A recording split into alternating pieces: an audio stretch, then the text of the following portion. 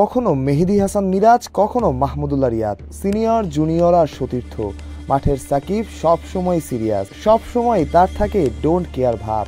এক কথায় ক্রিকেট পাড়া থেকে দর্শক মহল একটা কথা প্রচলিত হয়ে গেছে, সাকিব কাউকে পরোয়া করেন না, কাউকে না। বলা হয় যা রটে তার কিছুটা হলেও ঘটে। এই প্রবাদ কি সবসময় সত্য? তবে সবসময় তো আর রটার জন্য ঘটনা ঘটার প্রয়োজন নাই। বাস্তব প্রমাণ তো সাকিবই। টিভি পর্দায় কিংবা গ্যালারিতে বসে সাকিবকে দেখে যারা অভ্যস্ত আর সাকিবকে খুব কাছ থেকে যারা দেখেছেন, তাদের দুয়ের মধ্যে সাকিব কেমন এমন প্রশ্নের উত্তরের বিস্তর ফারাক। স্টাম্পে লাথি দেওয়া, আম্পায়ারের দিকে তেড়ে যাওয়া, প্রতিপক্ষ ক্রিকেটারের দিকে আঙুল উঁচিয়ে কথা বলা। বাস্তবের সাকিব কি এমন যে কোনো সেন্সরের তোয়াক্কা করেন না, কাউকে পাত্তা দেন না? না, মাঠের ভিতরে he is the most professional person. মাঠের বাইরে he is very straight forward. এই স্ট্রেট ফরওয়ার্ড ভাবনাটাকে অনেকে মনে করে যে হয়তো ওর আচরণ একটু রাফ বা কারোর সাথে মিশতে চায় না। He is very straight forward, যা মুখে বলে সেটাই মনে চিন্তা করে। মাঠের বাইরে উই হ্যাড গুড টাইম, প্রায়ই কথা হয় এবং he has been one of the easiest player to deal with. মানে যেহেতু তো আমার কাছে খুব একটা ডিফিকাল্ট ক্যারেক্টার মনে হয়নি।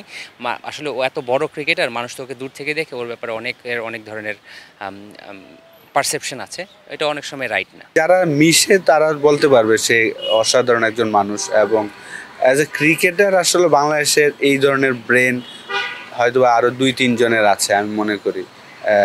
সাকিবের যেই ক্রিকেট ব্রেনটা এরকম হয়তো বাংলাদেশে আরও 2-3 জনের আছে। শুনেছিলাম ফারুক ভাই আমাদের এখন বোর্ড প্রেসিডেন্ট, ওনার ক্রিকেটিং ব্রেনটা একদম অলমোস্ট সাকিবের মতন। সুজন ভাইয়ের ব্রেন ছিল অসাধারণ ক্রিকেটের মাঠের। তো সাকিবের ব্রেনটা ক্রিকেটের জন্য অসাধারণ ছিল। মানুষ হিসাবে আমি যতটুকু মিশেছি আমার কাছে খুব ভালো মনে হয়েছে। যারা অনেক সময় আমরা হয়তো বা ভাবি যে অনেক রুড মনে করে, কিন্তু অনেক সময় আমাদের কালচারে আমার কাছে মাঝে মাঝে মনে হয় যে সাকিবই রাইট। সাবেক দুই সতীর্থের চোখে সাকিব কেমন তা তো শুনলেনই, আপনার বিচার কি? ক্রিকেট মাঠের মতো বাস্তব জীবনেও সাকিব কি এমন, যেমন লোকে বলে, যেমন শোনা যায়?